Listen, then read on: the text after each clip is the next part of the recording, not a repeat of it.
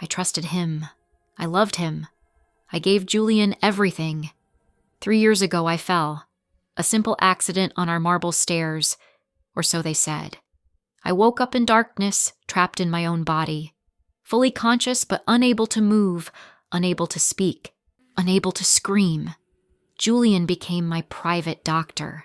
The medical community praised him. A husband's devotion, they said. He refuses to give up on her. But I could hear everything, every word, every lie. Elena, darling, can you hear me? The press is outside. Time for your daily recovery update. He'd lean close, checking my vitals, whispering medical terms for the cameras. Then he'd turn away and I'd hear her voice. Is the vault open yet, Julian? How much longer do we have to keep this charade going? Clara, my best friend, wearing my silk robe, drinking my wine, living in my bedroom. Soon, love. We just need her alive long enough for the biometric scan. Her retinas are the only key to her father's legacy vault. Once we're in, we can let nature take its course. Nature. He called it nature. But I felt every injection, every carefully calibrated dose to keep me paralyzed but not dead. Julian didn't save me, he imprisoned me. For 1,095 days, I was a living key, a biological password. The doctors are asking questions again, Julian. Maybe we should move her to a real facility. No, she stays here. I'm her legal guardian and her physician. No one else examines her. Ever. He gate-kept my body, blocked every real doctor, forged every medical report, and I couldn't do anything but listen as they planned my death. Then one night, I heard them celebrating. The vault authorization's finally processed. We can access it tomorrow at the charity gala. About time. How much longer do we keep her breathing? Just long enough to clear the accounts. Then one final dose, overdose, tragic relapse. The grieving widower tried everything. I felt the needle pierce my skin, the cold liquid entering my veins. My heart monitor began to slow. Beep, beep, beep, beep, beep. Flatline. She's gone. Finally. Should we call it in? Wait 60 seconds. Let's make sure. 60 seconds. They left the room to pour champagne, to toast my death. But I wasn't dead. Something in me refused to let go. I'd been practicing, shallow breathing, controlled heartbeat, preparing for this moment. The moment I'd become a ghost in my own life. When they returned, I was already gone, escaped through the service entrance I designed myself. The biometric locks I programmed years ago still recognized me. The security blind spots I knew by heart. Julian and Clara thought they'd buried me. But you can't bury the architect of the system you're trying to steal. Now I'm watching them. Every keystroke, every login attempt, every desperate move to access my father's vault before the gala tomorrow. They kept me as a living key, but they forgot I'm not just a key. I'm the entire security system, and I'm about to show Julian what happens when the door locks from the inside. They wanted me dead. Instead, they created something far more dangerous. A ghost who knows every one of their secrets, a woman with nothing left to lose. Tomorrow at the charity gala, Julian expects to walk away a billionaire. Clara expects to finally have the life she stole from me. But I'm going to give them something else entirely. The truth? Broadcast live to every screen in that ballroom, every crime, every injection, every whispered plan. I was their prisoner for 3 years. Now they're going to spend the rest of their lives in a cell designed by the woman they tried to erase. I'm Elena. And I'm not dead. I'm just getting started. Welcome to Cold Fusion, family.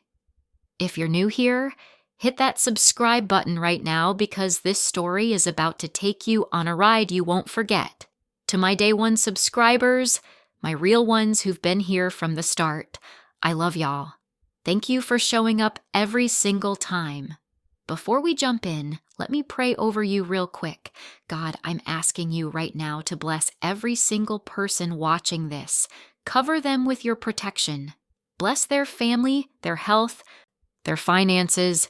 Give them peace in the storm and strength when they feel weak. Let miracles happen in their life today in Jesus' name. Amen.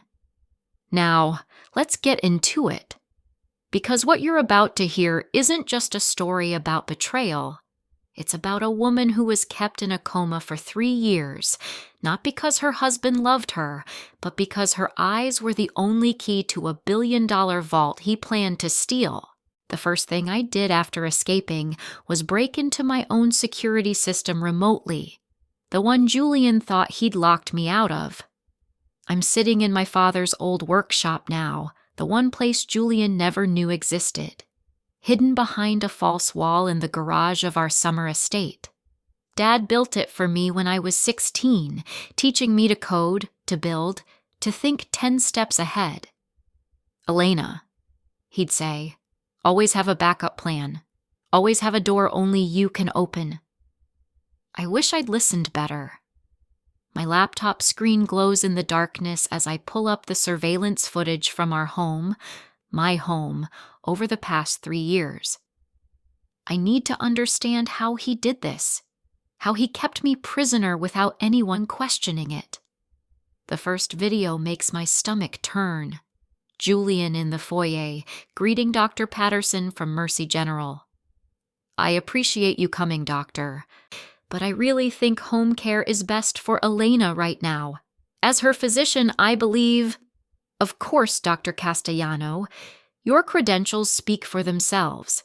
Harvard Medical, fellowship in neurology at Johns Hopkins. If anyone can care for her, it's you. I freeze the frame. Rewind. Play it again. Dr. Castellano, Harvard Medical, Johns Hopkins.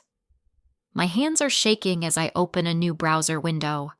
I type his name into the medical board database, the one that lists every licensed physician in the state. My fingers hesitate over the enter key because part of me already knows what I'm going to find. Search complete. 0 results. I try the national database. Nothing. Harvard Medical School Alumni Directory. Nothing. Johns Hopkins Fellowship Records. Nothing. Julian Castellano doesn't exist. At least not as a doctor. I dig deeper, my fingers flying across the keyboard like they used to when I'd code for 18 hours straight. Social Security database, tax records, professional licensing boards. And then I find it. Julian Castellano, Bachelor of Arts in Theater, Northwestern University, 2015. Minor in Psychology. 3 years at the Steppenwolf Theater Company. 2 failed auditions for medical dramas. 1 very successful marriage to a tech heiress who just happened to design security systems for a living. The white coat hanging in our bedroom closet wasn't a doctor's coat. It was a costume. The stethoscope around his neck? A prop. The medical expertise he'd cite to dismiss concerned nurses, to wave away legitimate doctors, to explain why I needed to stay isolated. All memorized lines. All perfectly rehearsed. All designed to keep the real medical professionals away from me long enough to drain every account I had. I pull up more footage. Julian, alone in my hospital room, Googling how to maintain IV fluids. Julian, watching YouTube videos on administering sedatives safely. Julian, his face pale with panic when my heart rate dropped too low one night, frantically searching what to do when patient stops breathing. He nearly killed me a dozen times just trying to keep me alive long enough to be useful. I lean back in my father's old chair, the leather cracked and familiar. The monitor shows Julian right now, pacing our bedroom, phone pressed to his ear. Clara sits on my bed, our bed, filing her nails. He's talking to someone, Probably his medical colleague, who's actually just another actor friend helping him maintain the charade. A doctor would have saved me. Julian just needed me breathing. There's a difference. And tomorrow, at that charity gala, when he tries to use my biometric data to access my father's vault, he's going to learn exactly what that difference costs. I learned to control my heartbeat from a meditation app, of all things. 3 years ago, before the accident, I was drowning in stress, running a company, managing a marriage that was already cracking at the edges, trying to live up to my father's legacy. I downloaded this app called Deep Rest, breathing techniques, heart rate control, the kind of stuff I thought was new age nonsense, but tried anyway because my therapist insisted. Turns out, learning to slow your heart rate to near-death levels is exactly the kind of skill you need when your fake doctor husband is trying to murder you. That last night, when I heard Julian and Clara celebrating over champagne, discussing how they'd finally cleared the vault authorization and could let me go, I knew it was coming. The final injection. The one he'd been building up to for 3 years. I felt the needle slide into my IV port, cold liquid mixing with my blood. My vision started to blur at the edges, but my mind stayed sharp. I'd been practicing for weeks, shallow breaths, slower and slower, until the monitors could barely detect them. 4 breaths per minute, then 3, then 2. The heart monitors beeping slowed. Beep, beep, beep. I took 1 more breath and held it, completely still, every muscle in my body locked in place. Beep! Flatline. She's gone. Julian's voice. I couldn't see him through my half-closed eyes, but I could hear the relief. Finally. Should we call it in now? Clara, impatient as always. Wait 60 seconds. We need to be sure. Last time she had a scare, she came back. Can't have that happen again. 60 seconds. That's all I had. I counted each one in my head, feeling the oxygen deplete in my lungs, feeling my body scream for air. 45 seconds. I'll get the champagne. The real stuff this time. Clara's heels clicked out of the room. 50 seconds. 3 years, Julian muttered. 3 years of playing nurse to a vegetable. But it's done. It's finally done. 58. 59. 60. They both left. I heard the bedroom door close, heard them walk down the hallway toward the kitchen, heard Clara's laugh echo through the house that used to be mine. I opened my eyes and sucked in air like a drowning woman breaking the surface. My fingers fumbled with the IV line, yanking it out. Blood dripped onto the white sheets, but I didn't care. I had maybe 3 minutes before they came back to discover my body and call the coroner Julian had probably already paid off. The service entrance.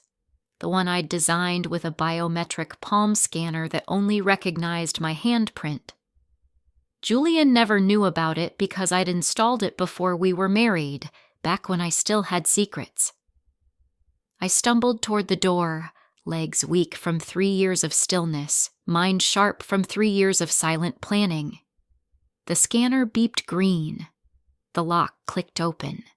Behind me, I heard Clara's voice from the kitchen. Should we give her a few more minutes, or... I didn't wait to hear the rest. I stepped into the night and disappeared, leaving behind only blood-stained sheets and the ghost of the woman they thought they'd buried.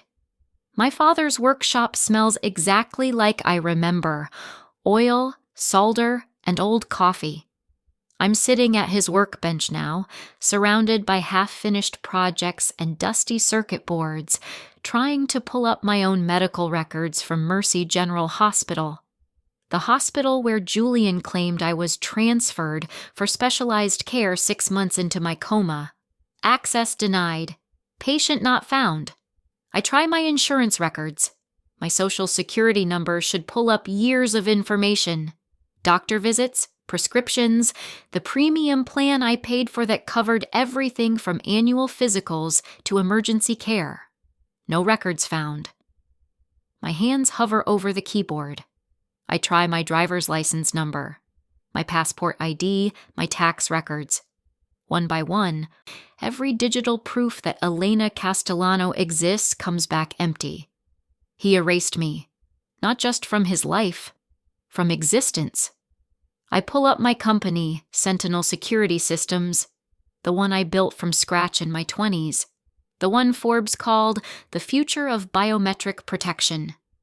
My name should be right there on the executive page, listed as founder and CEO. Instead, there's Julian's photo.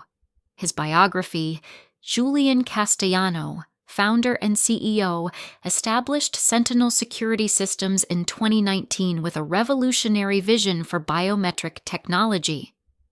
The year I was in a coma, the year I couldn't defend myself. I click on the company history page. There's a small tribute section at the bottom. In memory of Elena Castellano, beloved wife and inspiration, 1994-2022.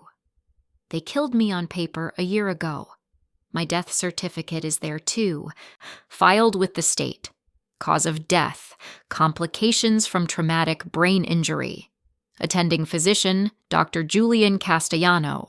Next of kin, Julian Castellano. He signed my death certificate himself. The man who isn't even a real doctor declared me legally dead while keeping me alive in a bedroom down the hall. I tried to access my bank accounts. Frozen. Transferred to my widower, per the will Julian had forged with my signature. I pull up the document, my handwriting, perfect down to the way I loop my G's. He must have practiced for months. I search for my friends, the people who used to call me, who used to care. Their social media pages show memorial posts from a year ago. Rest in peace, Elena. You were taken too soon. Heart emojis, candle emojis, prayers for Julian's strength during this difficult time.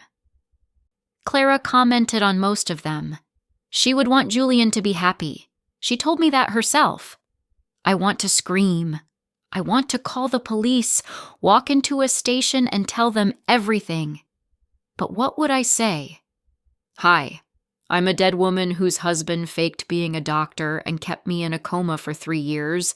And by the way, he's stolen my entire identity and fortune. They'd think I was insane. They'd call Julian to come get me, and he'd have me committed before I could say another word. No, the police can't help me. Not yet.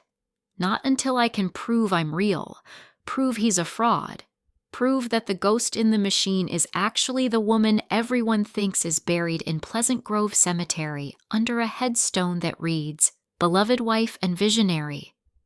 Julian didn't just trap my body.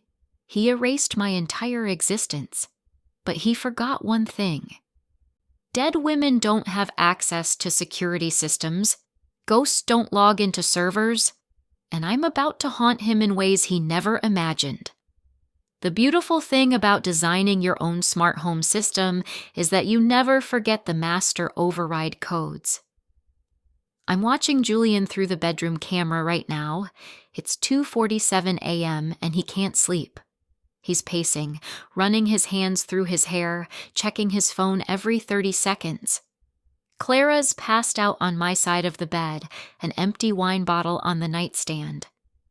He thinks I'm dead. He thinks he's safe. Time to change that. I pull up the audio system interface, the one I installed throughout the house 5 years ago. Speakers in every room, motion activated, voice controlled. Julian loved it back then. Elena, you're a genius, he'd said. It's like living in the future. He's about to find out the future remembers everything. I navigate to the folder of recordings I've been saving. 3 years of surveillance audio from my hospital room. 3 years of my breathing. Shallow, mechanical. The rhythm of a woman trapped in her own body. I select the file labeled 2 a.m. breathing Gauss pattern doc loop .mp3 and upload it to the bedroom speakers. Volume low, just loud enough to hear if you're awake, just quiet enough to make you question if it's real. I press play. On the camera, Julian freezes mid-step. His head snaps toward the corner of the room where the speaker is hidden behind crown molding. He's listening, straining to hear. The breathing continues. In, out, in, out. The exact rhythm of the medical ventilator that used to sit beside my bed. Clara. He shakes her shoulder. Clara, wake up. She groans, rolls over. What? Do you hear that? Hear what? Julian, it's 3 a.m. That sound, that breathing, it sounds like... He stops himself. Like what? Nothing. Never mind. Go back to sleep. But he doesn't sleep. He walks to the speaker, stands directly under it, listening. The breathing continues, steady and haunting. The sound of a ghost that won't stay buried. I switch cameras, following him as he walks down the hallway. I trigger the speakers in the corridor. The same breathing, slightly louder now, coming from the direction of what used to be my hospital room. He stops at the door. His hand hovers over the handle. He doesn't want to open it. I can see the fear in his posture, the way his shoulders have gone rigid. He opens it anyway. The room is empty. The hospital bed is gone. He must have gotten rid of the evidence, but the breathing continues, emanating from speakers he can't see, creating the illusion that the walls themselves are alive. This isn't real, he whispers to himself. She's dead. I watched her die. I signed the certificate. She's dead. I type a command into the system. The breathing stops. Complete silence. Julian exhales in relief.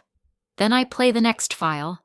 My voice, recorded from a conversation we had 4 years ago, before everything went wrong. Julian, do you believe in ghosts? His face goes white. He stumbles backward out of the room, slams the door, and runs down the hallway. I sit back in my father's workshop, watching him panic on 6 different camera feeds. This is just the beginning. For 3 years, he controlled every aspect of my existence. Now it's my turn.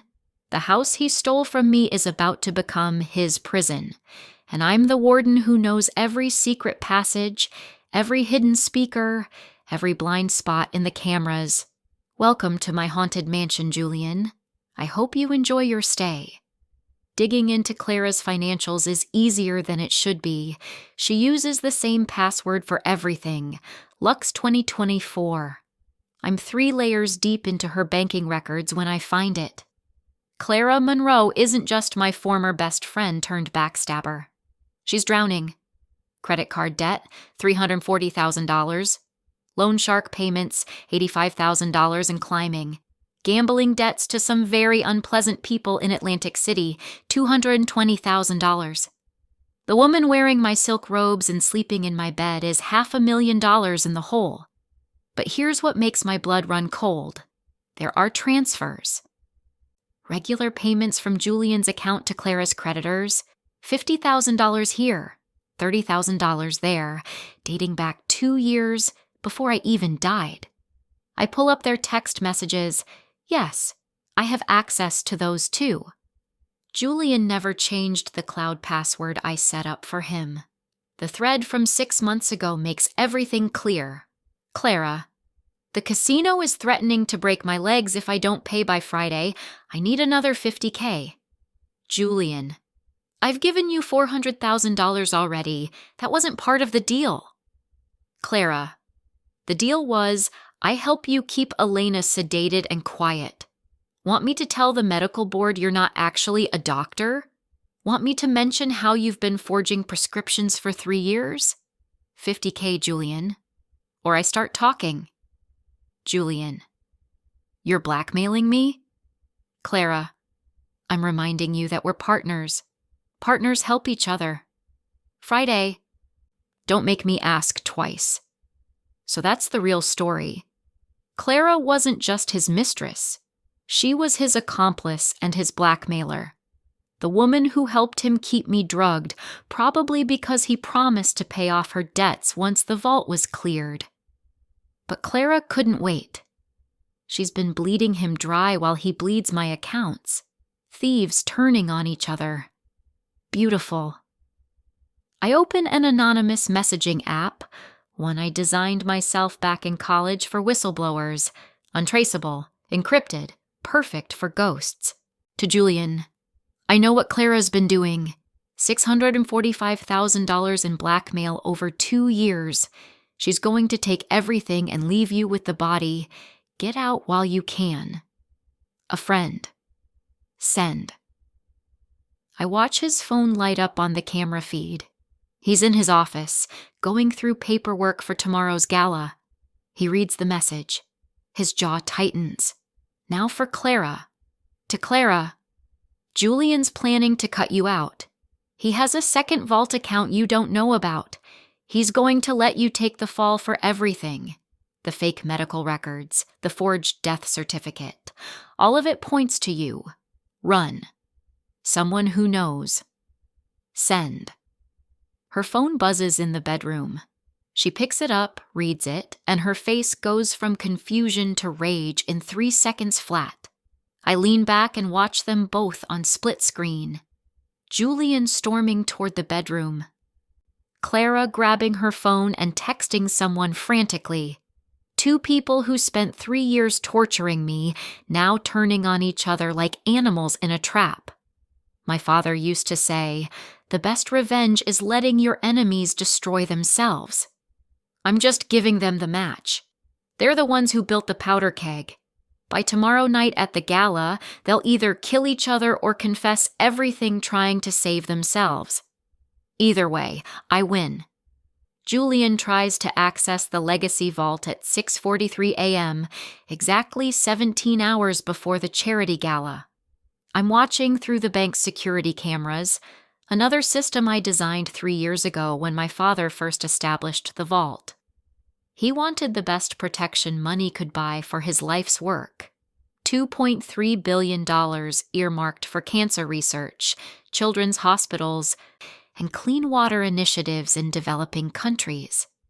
He wanted it locked behind security so advanced that only someone who truly understood his mission could access it. He wanted me to be that person. Julian stands in front of the vault terminal in the bank's private viewing room, Clara beside him, both dressed like they're already spending money they don't have. He places his hand on the palm scanner, the one he thinks will read my stolen biometric data that he copied from my medical files. The screen flashes, primary authentication accepted. He smiles. Clara squeezes his arm. Then the second prompt appears. Secondary authentication required. Retinal scan. He leans forward. The laser sweeps across his eyes, or rather, across the custom contact lenses he's wearing. The ones embedded with a printed replica of my retinal pattern. Expensive. Illegal. Clever. Secondary authentication accepted. We're in, Clara whispers. Not quite. The third prompt loads, tertiary authentication required, biometric stress analysis. Julian freezes. What? There's no third authentication. I reviewed the protocols 100 times. Please remain still, the computerized voice instructs, analyzing cardiovascular stress markers, cortisol levels, and neural response patterns. I added this layer 2 days ago, remotely, using the master access codes only I have. My father and I designed it as a failsafe, a system that doesn't just scan what you look like, but who you are at a biological level. It reads micro-expressions, heart rate variability, the chemical signature of truth versus deception. It reads guilt. The scanner hums, lasers sweeping over Julian's face and chest. I can see his heart rate spiking on the monitor, his pupils dilating, sweat forming on his upper lip. Analysis complete. Stress indicators detected. Access denied. Threat level high. What? Julian slams his hand on the console. I have the correct biometrics. I have her retinal scan. I have everything. Authorized user demonstrates baseline calm response. Current user demonstrates extreme physiological stress. Pattern inconsistent with Elena Castellano's recorded baseline. Run it again, Clara hisses. He tries. Same result. The system doesn't just want my eyes and my handprint. It wants my truth. It wants the calm confidence of someone who has nothing to hide, nothing to fear, nothing to run from. Julian has all three. The screen flashes one final message. Vault access suspended. Security alert sent to primary account holder. That's me. The alert pings on my laptop. Unauthorized access attempt detected. Would you like to review security footage? I click yes and save the video. Julian's panicked face, Clara's fury. The moment they realized the vault they've been killing for is further away than ever. My father once told me, true security isn't about walls and locks, Elena. It's about making sure the wrong person can never pretend to be the right one. Julian can steal my face, copy my eyes, forge my signature, but he can't steal my heart. And tomorrow at the gala, when he tries one last desperate time to access that vault in front of everyone, the system is going to tell the world exactly what he is. A fraud, a thief, a man whose guilt is written in every heartbeat. Julian kicks down the door to my former prison at 11:23 p.m., the hospital wing he's kept locked since my death.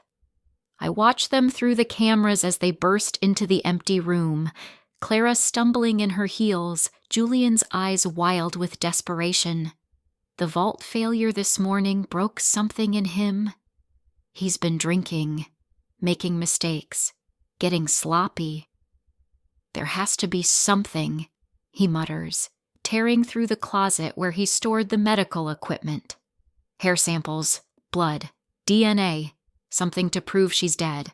Something to show the bank that the biometric failure was a system error, not what, Julian? Clara snaps. Not because your dead wife is somehow still alive and locking us out? He doesn't answer. Because I can see it in his face. He's wondering the same thing. The breathing sounds, the glitching systems, the anonymous messages, the vault rejection. It's all adding up to something impossible. Something he doesn't want to believe. Find the IV equipment, he orders. Find anything with her blood on it. We'll take it to the bank tomorrow and... Every screen in the room lights up at once. The medical monitor he left on the wall, the tablet on the bedside table, even his phone in his pocket starts buzzing. All of them displaying the same thing, a video feed. Crystal clear. Timestamp, 3 months ago. It's Julian. Standing over my hospital bed, syringe in hand. His voice comes through the speakers. Just a little more sedative, darling. Can't have you waking up before we're ready. The vault authorization takes time to process. Another few months and you'll have served your purpose. Clara's face appears in the frame, leaning over me, checking my pulse. Is she completely under? Completely. She can't hear us, can't feel anything. She's just a body now, a very valuable body. Present-day Clara goes white. Turn it off. Julian, turn it off. But the video continues. Clip after clip. 3 years of evidence playing on every screen. Julian forging medical documents. Clara injecting me with sedatives while reading my company emails aloud, laughing. Both of them discussing which assets to liquidate first. Julian on the phone with his actor friend, rehearsing doctor terminology. Clara wearing my jewelry, modeling it in the mirror while I lay unconscious 3 feet away. And then the final clip, the one from 4 nights ago. Julian preparing the lethal dose. Once she's gone, we can finally stop pretending. No more playing nurse. No more waiting. Just you, me, and $2.3 billion. The screens go black. Then text appears, letter by letter, on every display. I heard every word. I felt every needle. I watched you steal my life, and now the whole world is going to watch too. Alina. Julian's phone buzzes. It's an email from the charity gala organizers. Technical update: your vault presentation tomorrow will be broadcast live to all attendees and streamed online. We've added cameras for transparency. See you at 7 p.m. Clara reads over his shoulder and her knees buckle. She's alive. Oh God, Julian. She's alive and she's going to destroy us. Julian stares at the screens, at his own face frozen in a moment of pure cruelty, and I can see the realization hit him like a train. He didn't just fail to kill me. He created his own executioner. Find her, he whispers. We have 18 hours to find her before that gala, because if she shows up tomorrow, we go to prison, Clara finishes. I lean back in my father's workshop, watching them spiral. Tomorrow night, I won't just show up. I'm going to make an entrance they'll never forget.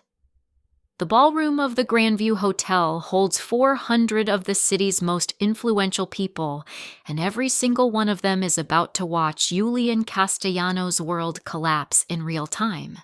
I'm watching from the tech booth, my fingers hovering over the keyboard. Julian's on stage now, wearing a custom tuxedo that cost more than most people's cars, bought with my money. Clara sits in the front row, diamonds around her neck that used to be mine, her smile frozen in place. Ladies and gentlemen, Julian begins, his voice smooth, practiced. Tonight we honor my late wife, Elena Castellano, by fulfilling her final wish. Through the legacy vault she designed, we will donate $2.3 billion to the causes she held dear. Applause ripples through the crowd. The massive screen behind him displays my official photo, the one from the company website before I died. I look happy, naive, trusting. Elena was a visionary, he continues, and though she's no longer with us, her generosity will live on forever. If we could please direct our attention to the vault access ceremony, I press enter. The screen goes black. The applause dies. Julian turns, confused, just as my face fills the 60-foot display. Not the old photo, me, right now, very much alive. Hello, Julian. My voice booms through the ballroom speakers. Surprised to see me? The room erupts in gasps. Julian's face drains of all color. Clara shoots to her feet, looking for an exit, but hotel security has already moved to block the doors. I called them an hour ago. For those of you who don't know, I'm Elena Castellano, and I'm not dead. I've been very much alive for the past 3 years while my husband kept me in a medically induced coma in our home. I let that sink in. You're probably wondering why. Why would a loving husband do such a thing? I click to the next slide. It's the vault specifications, the biometric requirements, the security protocols that only I can bypass. Julian needed me alive because my retinal scans and biometric data are the only keys to my father's legacy vault. He couldn't access $2.3 billion if I was dead. But he also couldn't let me wake up because I'd discovered the truth. Another click. Julian Castellano isn't a doctor. He never went to medical school. He's an actor who married me, faked medical credentials, and imprisoned me in my own home for 3 years while he systematically stole my identity, my company, and my fortune. The screen shows the surveillance footage. Julian with the syringe, Clara injecting sedatives, both of them discussing my death like a business transaction. And that woman in the front row? Clara Monroe, my former best friend, his accomplice, currently wanted in 3 states for fraud and in debt to loan sharks for over $500,000. Police officers enter from the side doors. I coordinated this with Detective Morris this afternoon, showed him everything, every video, every forged document, every piece of evidence Julian thought he'd erased. Julian tries to run. He makes it 3 steps before 2 officers tackle him to the ground. Clara screams, flailing as handcuffs snap around her wrists. The ballroom is chaos now, cameras flashing, people shouting, but my voice cuts through it all, calm and clear. The real reason he kept me in a coma for 3 years wasn't love. It was greed. And tonight, the vault he tried to steal will go exactly where my father intended, to people who actually need it. I end the feed. Justice. Delivered. 6 months later, I'm standing on a beach in Costa Rica, and I don't own a single thing that matters to the world I left behind. The trials are over. Julian got 15 years for fraud, kidnapping, and attempted murder. Clara got 12 and immediate deportation after serving her sentence. Turns out she was in the country on an expired visa, using a stolen identity. Both of them are exactly where they belong. The legacy vault funds were distributed exactly as my father intended. Cancer research centers, children's hospitals, clean water projects in 12 countries, his dream finally realized. I made sure his name, not mine, was on every donation. As for my company, Sentinel Security Systems, I sold it. Every share, every patent, every line of code I wrote. I walked away from the empire I built with my own hands, and I've never felt lighter. The media called me a hero. The woman who came back from the dead. They wanted interviews, book deals, movie rights. Everyone wanted a piece of the story. I said no to all of it. Because here's what 3 years of paralysis teaches you. All the money in the world means nothing if you can't choose how to spend your Tuesday afternoon. All the security systems in the world can't protect you from the person sleeping next to you. All the success in the world is meaningless if you're too busy building empires to actually live. My father used to say, "Elena, you're so busy building walls, you've forgotten to build a life." I didn't understand what he meant until I woke up from that coma and realized I couldn't remember the last time I'd felt the ocean on my skin, couldn't remember the last real conversation I'd had with someone who wasn't trying to take something from me. I thought security meant control, meant systems and protocols and biometric locks that only I could open. But real security? It's knowing that if everything gets stripped away, your money, your company, your identity, you'll still know who you are. I'm learning that now. Learning to surf. Learning Spanish from the woman who runs the cafe down the beach. Learning to sleep without jumping at every sound, without checking cameras, without wondering who's trying to hurt me. Some days are harder than others. I still have nightmares about the needle, about Julian's voice, about being trapped while the world moved on without me.